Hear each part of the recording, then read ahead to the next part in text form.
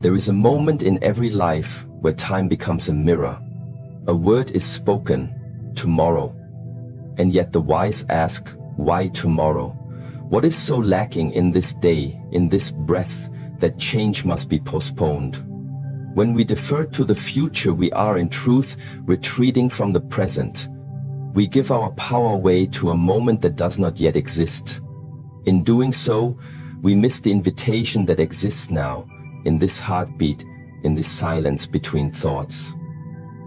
The phrase, God said tomorrow at 10:19, everything changes, is filled with gravity, mystery, and weight.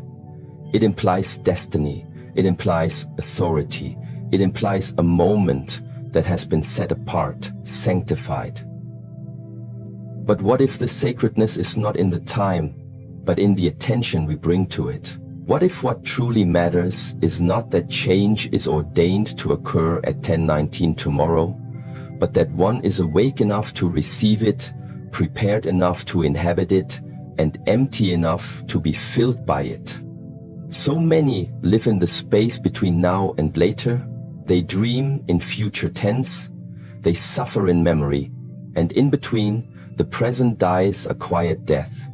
The leaves fall, the wind shifts, the breath enters and leaves the body, and they are not aware. The world moves as it always has, but the mind is elsewhere. It is in the next chapter, before finishing the sentence. It is in tomorrow's promise, not today's responsibility. Presence is not a poetic ideal, it is the ground of being. It is the unshakable foundation from which all change arises. Without it, any transformation is shallow, unsustainable, a flash of insight followed by a return to old patterns. Real change is not a sudden burst of inspiration. It is the result of continuous attentive practice. It is seeing with clear eyes the shape of one's life. It is listening deeply, not to what you want to hear, but to what truly is. The phrase God said carries a sense of ultimate authority. But no matter the source of the proclamation, no matter how divine the instruction may seem, its power only becomes real when the individual accepts the responsibility of awareness. A person can be told that transformation is coming, but if they remain asleep, distracted by fantasy, dulled by routine, the change will come and go like wind through a canyon, present but unnoticed. The sun rises for all, but not all wake to see it. Tomorrow may indeed hold significance. There may be a shift in the current. There may be a realignment of unseen energies. But without attention, these pass by unmarked. One must be a student of the present moment to receive what the future holds. You must cultivate stillness now in order to hear the whisper of change later. And stillness is not silence. Stillness is alertness, unshaken by impulse or fear. It is the unmoving center in the heart of the storm. It is easy to get caught in the illusion that tomorrow will bring with it the strength, the clarity, the opportunity that today lacks. But this is a subtle form of self-deception. It is not that tomorrow contains more power. It is that today has not yet been fully used. The discomfort of this fact leads many to project their hope forward, to the next sunrise, to the next year, to the next milestone. But time does not grant transformation. Discipline does. Attention does. Courage does. The danger of waiting for 10:19 tomorrow is that one forgets to prepare at 10:18 today. The threshold is narrow. Life is made of such narrow thresholds. Blink and they are gone. Miss a breath and you miss the insight it carried. Misplace your awareness and you become a spectator in your own life. The birds fly overhead, the sun dips behind the mountain, the bell tolls, and you are still waiting, still asleep, still postponing the beginning. One must ask, if I am not ready now, why would I be ready later? What is it that will suddenly shift in me, not by effort, but by time alone? Time passes but does not teach. It is not time that matures a person, but reflection. 1,000 sunsets may be seen, but unless one stops to feel their warmth, to absorb their quiet truth, one learns nothing from them. Transformation is not about the quantity of time, but the quality of presence within it. To live fully is to live in readiness, not in anxious anticipation, but in quiet openness. Readiness means that if change comes at 10:19 tomorrow, it will not find you grasping or lost. It will find you aligned, balanced, listening. And if it does not come, you are still well, because your foundation was never in the promise of change, but in the posture of awareness. To be prepared is to let go of attachment to outcome and root oneself in a deeper soil, the soil of now. This moment, this exact breath, is the only place where life actually occurs. The mind may wander into future time zones, but the body remains anchored here. So the question is not what will happen at 10:19 tomorrow. The question is, what are you doing now to prepare the vessel? If the divine were to pour something into you tomorrow, would the cup be clean, steady and still? Or would it be cracked, distracted and full of noise?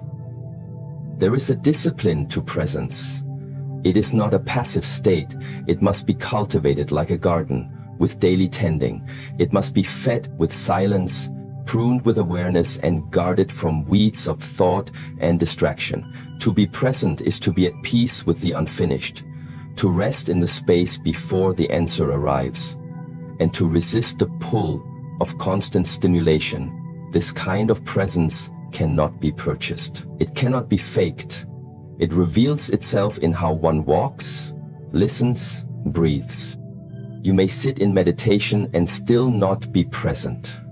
You may appear still, and yet your mind races.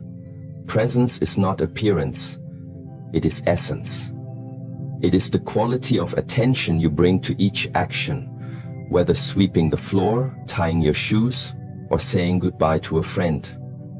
It is the refusal to divide your attention between now and later, between what is and what could be. It is a single flame, unwavering, even in the wind.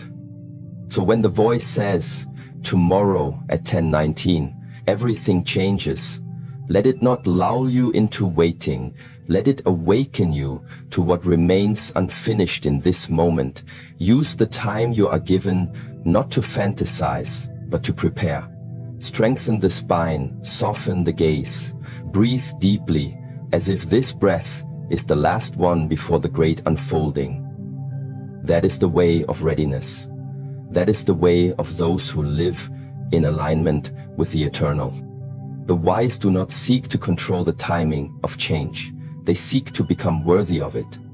They know that great moments come not to the distracted, but to the devoted. And devotion is not dramatic. It is found in the quiet rituals, the unseen labors, the discipline of showing up fully over and over again, even when no change seems near, even when 10:19 feels far away.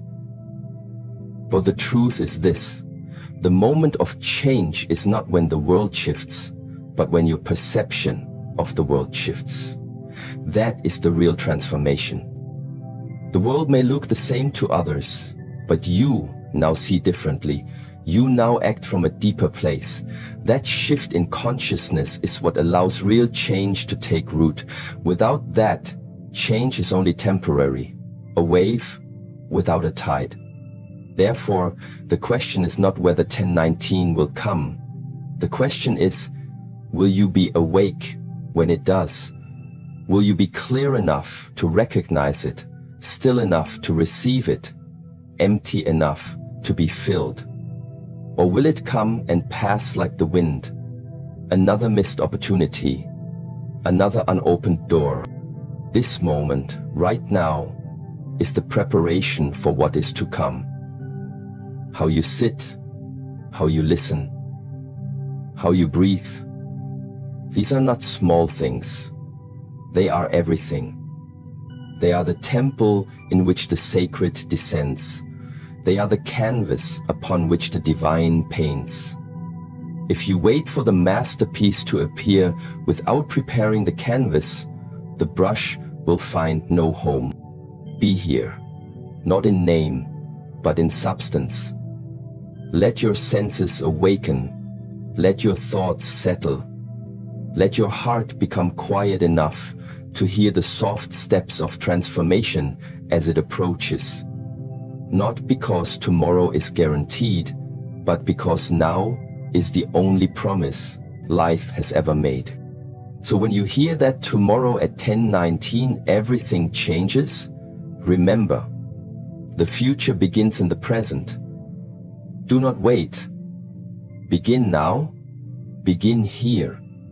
Begin again with full attention, because the most sacred time is not tomorrow. It is always this moment. In a world saturated with vague intentions and distracted minds, precision stands as a quiet force, unassuming but immensely powerful. When we hear a phrase like, tomorrow at 10:19, everything changes, there is a detail that pierces through the ambiguity. 10:19. Not 10 o'clock, not sometime in the morning, but 10:19. Specific, deliberate, unmoving. That precision is not decoration, it is message, it is signal, it is structure embedded into language to awaken a deeper level of awareness in the listener. Because in the language of discipline, precision is the form through which truth reveals itself. Nothing meaningful arises from generality. The body cannot train in abstraction. The breath cannot be mastered in theory. The mind cannot find stillness through scattered thinking. Growth demands clarity, and clarity begins with precision. Time is not merely passing. It is counted, it is shaped, it is structured. So when a specific time is named, it calls upon the part of the mind that understands commitment, rhythm, timing. The same way a martial artist moves at the exact moment, not early, not late, so too must transformation strike when the moment is ripe.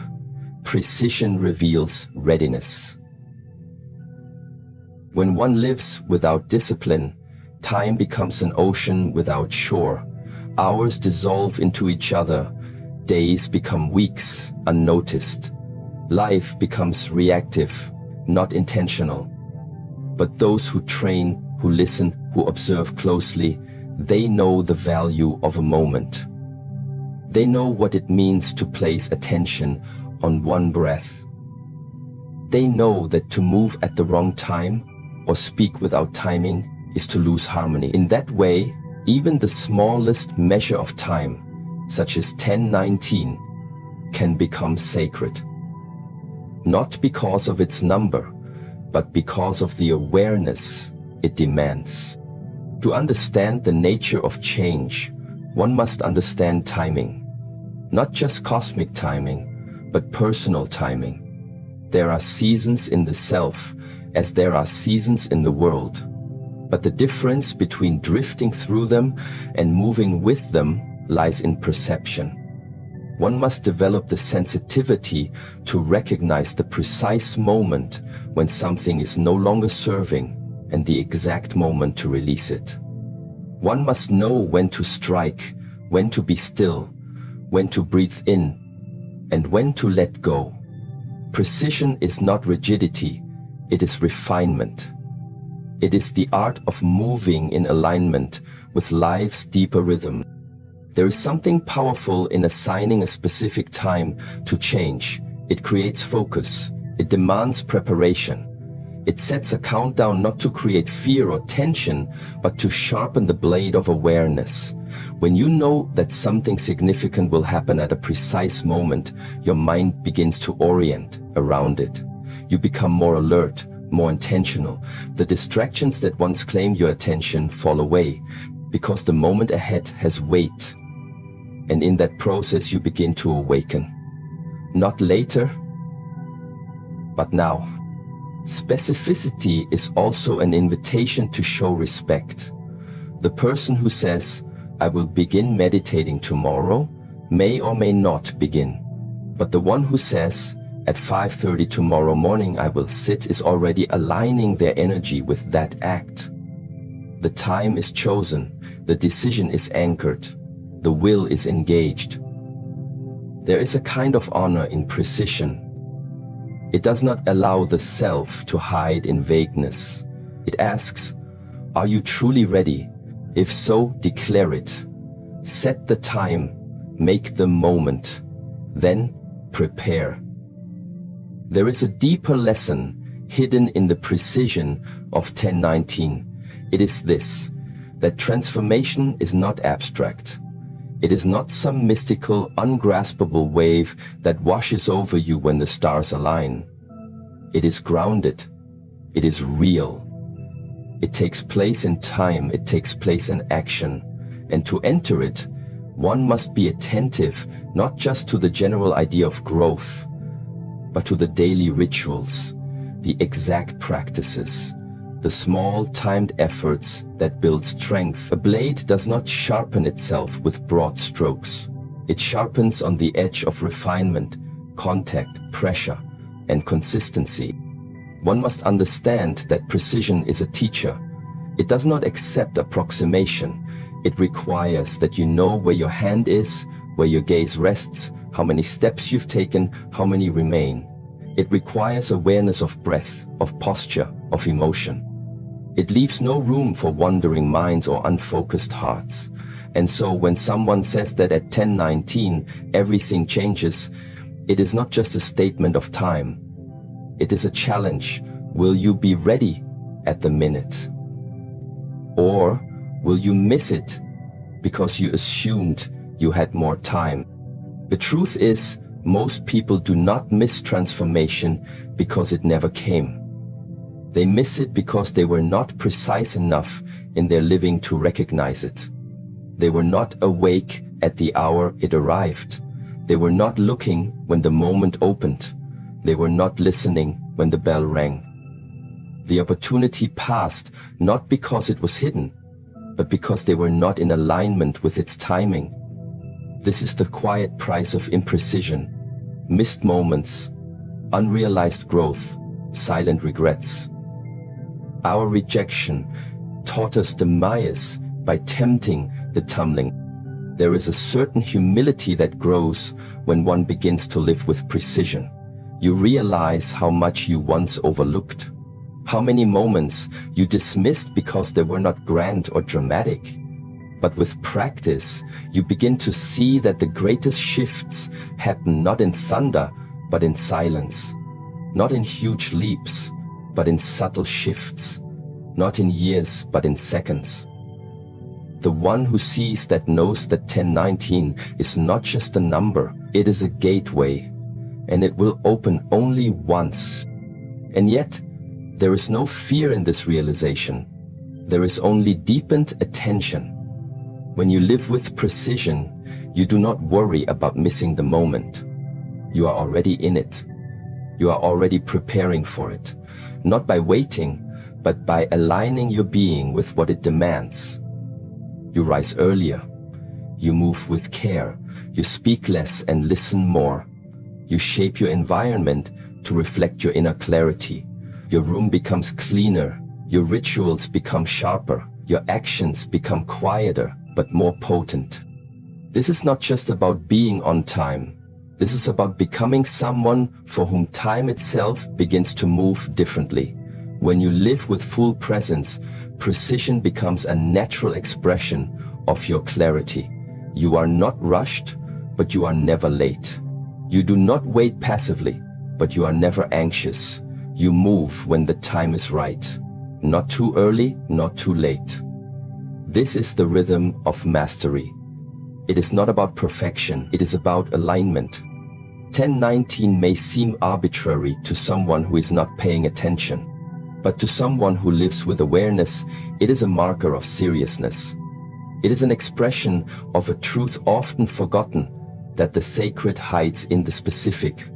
The divine speaks through detail. The eternal reveals itself through the present moment. And that moment always arrives exactly on time. Not at 10:18, not at 10:20, but exactly when it is meant to. In this way, precision is devotion. It is the quiet bow before time. It is saying, I am here, I am listening, I am ready. And this readiness is not born of fear, but of love. The love of truth, the love of clarity, the love of becoming who you are meant to be, not later, not someday, but now. So when you hear that everything changes at 10:19 tomorrow, do not fixate on the clock. Let that number become a symbol, a mirror reflecting back to you the question: how precise is your attention? How refined is your awareness? How prepared is your vessel? Because real change does not come when the minute hand arrives. It comes when you begin living as if that moment matters. That is the true meaning of 10:19. It is not just a time, it is a test. And the test is not whether you remember the hour. The test is whether you live in such a way that you are already in harmony with it, so that when it comes, it does not disrupt you. It completes you. Change is often misunderstood. People speak of it as though it were an external event, something that happens to them, something they wait for, something that arrives from the outside like weather. But the most enduring change does not come from the outside. It begins within.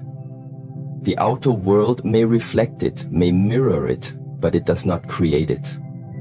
The storm is visible, but the pressure that builds it begins invisibly. True transformation is the same. It grows in silence, in repetition, in intention, often long before anyone else notices. When someone says everything changes, most minds race to visible shifts. New jobs, endings of relationships, relocation, recognition, results. But all these are consequences, not causes. They are the fruit, not the seed. The seed of change is internal, a shift in perspective, a correction in posture, a refinement of intention. No meaningful transformation can be sustained unless it is rooted in inner work. Otherwise, it is just rearranging the furniture in a burning house. There is a temptation to look for change in the environment first. People move to new cities hoping to leave behind old habits. They seek new relationships hoping to escape past wounds. They chase different paths hoping the road will change who they are. But unless the self that walks the road has changed, the destination will always feel familiar. Because the patterns follow, they live inside. Wherever you go, the mind comes with you. So until that mind has been transformed, made still, strengthened, purified, the world remains largely the same, no matter what new form it takes. This is why the work begins quietly. No one can see when a person begins to breathe differently. No one may notice when a person starts observing their reactions instead of being ruled by them. No crowd gathers when someone replaces judgment with compassion or chooses silence over argument. But these small, unseen decisions are where transformation takes root. They are the true milestones. The visible changes come later, often as a natural result of an inner realignment that no one else witnessed. There is no shortcut to this, no sudden thunderclap that erases the need for discipline. Those who wait for the outer world to change before they do will wait forever. But those who begin within, who sit with themselves, who practice stillness, who question their own assumptions and face their shadows, these are the ones who initiate the deep kind of change, the kind that cannot be taken away, the kind that does not need to be performed, the kind that becomes part of the way they walk, breathe, and exist. This work is often slow. It does not announce itself. It comes in the form of daily choices, when no one is watching, when there is no reward, when the ego is tempted and the soul says no. It shows itself when a person chooses discipline over indulgence, when they pause to breathe before speaking, when they return to the practice even after failing. These are the signs, these are the steps, and though small, they are the beginning of real change. When the time comes and the outer world begins to reflect the transformation, others may call it sudden. They will say things changed overnight, but the one who has been practicing knows that the visible moment was simply the culmination of many invisible ones. The outer shift is the fruit of seasons of inner cultivation, just as the blossom is only possible because the roots held firm through the winter. The world reflects your inner state more often than it changes it. When the mind is calm, the chaos of the world has less pull. When the breath is deep and steady, even conflict feels less threatening. When the spirit is anchored in clarity, there is less need to prove anything. The need for external validation fades. The impulse to control dissolves. Instead, one begins to move differently, more aligned, less reactive, more present, less fragmented. From this place, true change flows. It does not require force, it does not seek attention. It emerges naturally, like water finding its path down the mountain. Change that begins within moves with grace. It touches everything, but imposes nothing. And because it is rooted in something deeper than mood or moment, it lasts. It is not held together by motivation, but by conviction. Not by excitement, but by presence. Many people chase breakthroughs. They long for the moment where everything shifts, but few are willing to sit in the stillness required for the ground to prepare. Few want to do the quiet, invisible work, to sit with discomfort, to dissolve illusions, to be honest about what they've been carrying. But it is this work, unseen, often uncelebrated, that leads to lasting change. You cannot leap into a new life if the mind remains trapped in the patterns of the old one. And so, when someone says that everything will change at a certain hour, the wise do not wait for that hour, they begin now. Not by seeking outward shifts, but by tending to their breath, their posture, their thoughts. They ask, where am I not yet aligned? Where do I still cling? What must be let go? What have I neglected within myself that now asks for attention? These are the real questions. Because when the inner world shifts, the outer world eventually follows. In truth, the only thing you can ever fully change is yourself. The world is too vast, too complex, too uncontrollable. But the self is here. It breathes with you. It listens when you become quiet. It responds when you bring care and discipline to your own journey. And once that transformation begins, once the self becomes less fragmented, more integrated, more awake, then everything you touch begins to shift as well. The words you speak change. The choices you make change. The way others respond to you changes. And most importantly, the way you experience the world changes. Nothing outside you needs to shift in order for you to begin this work. The right time is not tomorrow, it is now. The right place is not somewhere far, it is here. You need no new tools, no special environment, no dramatic event to begin transforming. All you need is attention.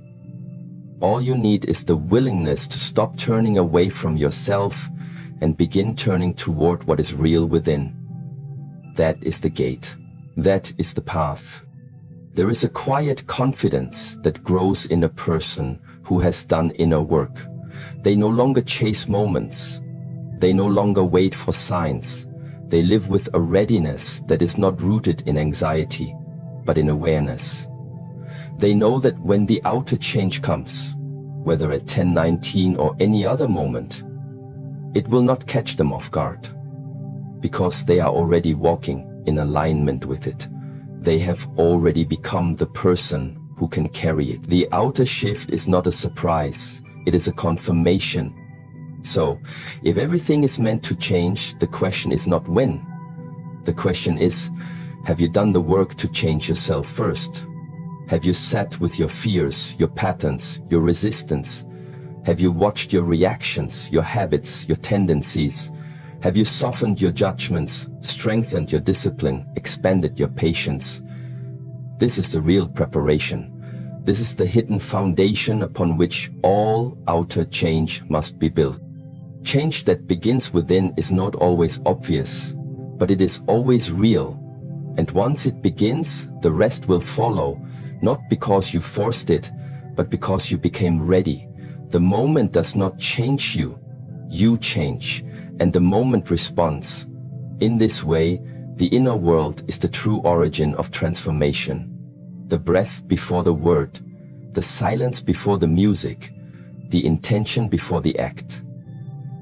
Begin there, begin now, and when the time comes, when the world reflects back what you have already built inside, you will not be surprised.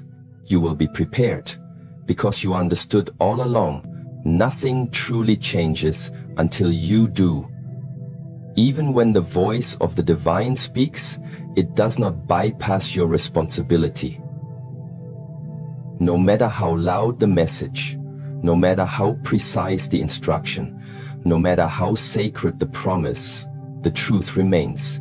It is not the message alone that transforms a life. It is what you choose to do with it. If you are told, at 10:19 tomorrow everything changes, that is not permission to wait. It is a summons to prepare, a reminder that while destiny may knock, it is effort that must open the door.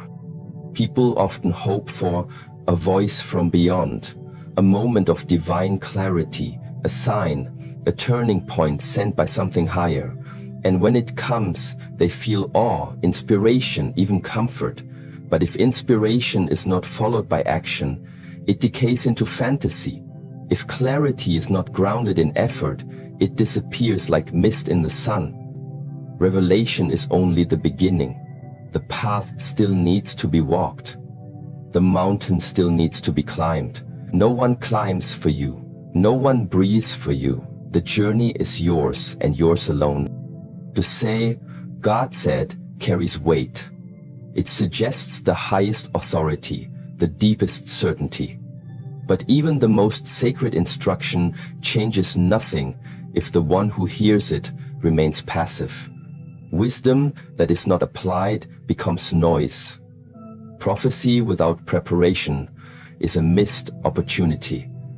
The seed contains the tree, but without planting, without water, without tending, it remains a possibility, not a reality. What you are told, no matter how divine, will not save you from the effort of your own becoming.